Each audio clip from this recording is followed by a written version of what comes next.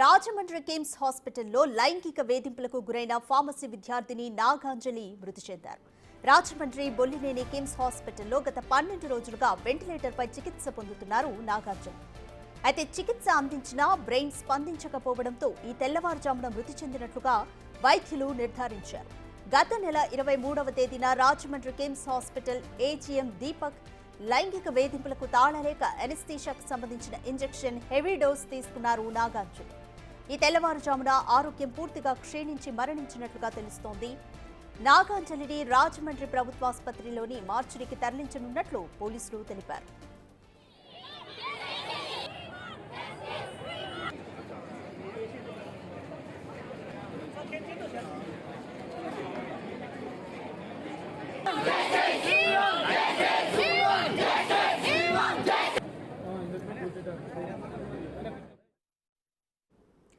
రాజమండ్రి కిమ్స్ హాస్పిటల్లో లైంగిక వేధింపులకు గురైన ఫార్మసీ విద్యార్థిని నాగాంజలి మృతి చెందారు.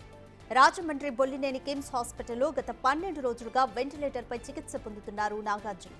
అయితే చికిత్స అందించినా బ్రెయిన్ స్పందించకపోవడంతో ఈ తెల్లవారుజామున మృతి చెందినట్లు వైద్యులు నిర్ధారించారు. గత నెల 23వ తేదీన రాజమండ్రి కిమ్స్ హాస్పిటల్ ఏజీఎం దీపక్ లైంగిక వేధింపులకు తాళలేక ఎనస్థీషియా సంబంధించిన ఇంజెక్షన్ను హెవీ డోస్ తీసుకున్నారు నాగాంజలి. ఈ తెల్లవారుజామున ఆరోగ్యం పూర్తిగా క్షీణించి మరణించినట్లుగా తెలుస్తోంది.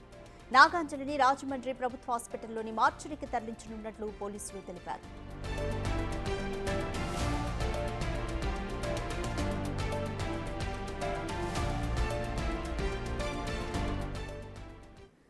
మోర్ డీటెయిల్స్ మా ప్రతినిధి శివశంకర్ రాజమండ్రి నుంచి అందిస్తారు. శివశంకర్, నాగాంజలి గత 12 రోజులుగా మృత్యుతో పోరాడి మృతి చెందారు.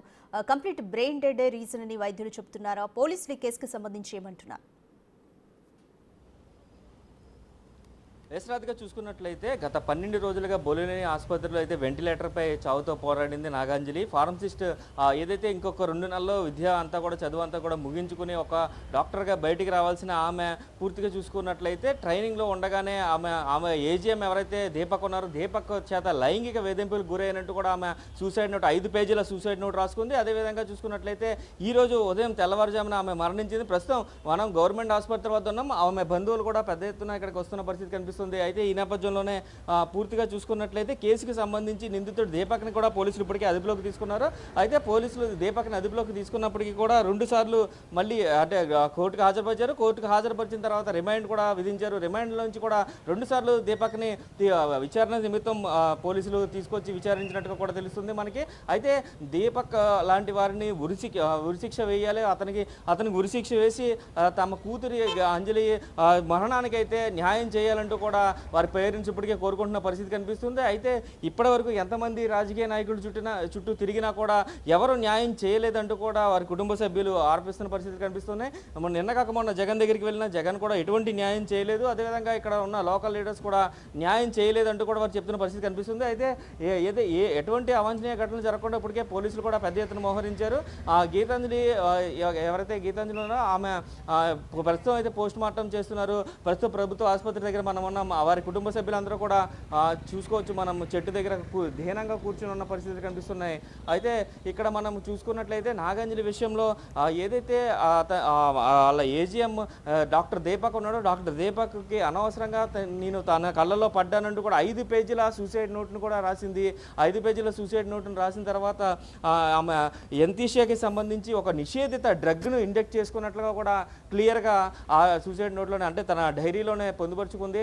అదే నేపథ్యంలో ఆమె 11 రోజులు వెంటిలేటర్ మీద ఉన్నారు.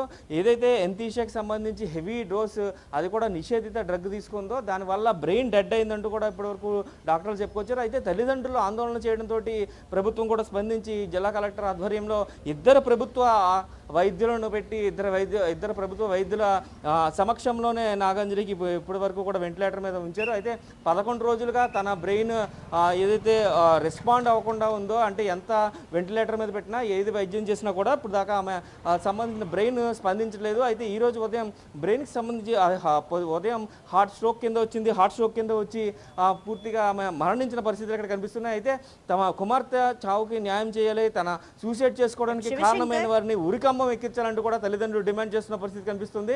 అయితే ఇప్పుడు పోస్ట్ మార్టం తర్వాత రవికపూడి ఏదైతే తన సొంత గ్రామం ఉందో అక్కడికి తీసుకెళ్లి అయితే మిగతా కార్యక్రమాలు అయితే చేయడానికి కుటుంబ సభ్యులు సూసైడ్ నోట్ లో మెన్షన్ చేశారు. అలాగే తన ఆర్గాన్స్ ని డొనేట్ చేయాలంటూ కూడా తన ఒక రిక్వెస్ట్ కూడా తన సూసైడ్ నోట్ లో పెట్టడం జరిగింది. సో ఆర్గాన్ డొనేషన్ పట్ల కానీ ఈ మృతి పట్ల కానీ కుటుంబ సభ్యులేమంటున్నారు?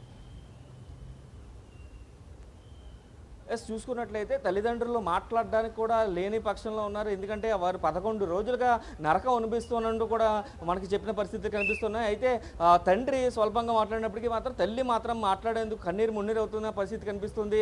అయితే దీనికి సంబంధించి ఇట్లాంటిది తమ కూతురికి జరిగిన విషయం మరీ ఎవరికి జరగకూడదు. తన ఆర్గాన్స్కి సంబంధించి కానీ వీటికి సంబంధించి కానీ ప్రస్తుతం అయితే కుటుంబ సభ్యులు మాట్లాడే పరిస్థితుల్లో లేరు. ప్రస్తుతం పోస్ట్ మార్టం నిమిత్తం అయితే ప్రభుత్వ ఆసుపత్రికి తరలించారు కాబట్టి ప్రస్తుతం మార్చి నుంచి పోస్ట్ మార్టం చేసిన అనంతరం కూడా ఈలోపు ఏదైనా డిసిషన్ తీసుకుంటే కనుక మళ్ళీ అప్డేట్స్ మనకు అందుతాయి. దానికి సంబంధించి అయితే ప్రస్తుతం అయితే వారు ఏం మాట్లాడట్లేదు. ఎందుకంటే 11 రోజులుగా వెంటిలేటర్ మీద ఉంది ఆమె.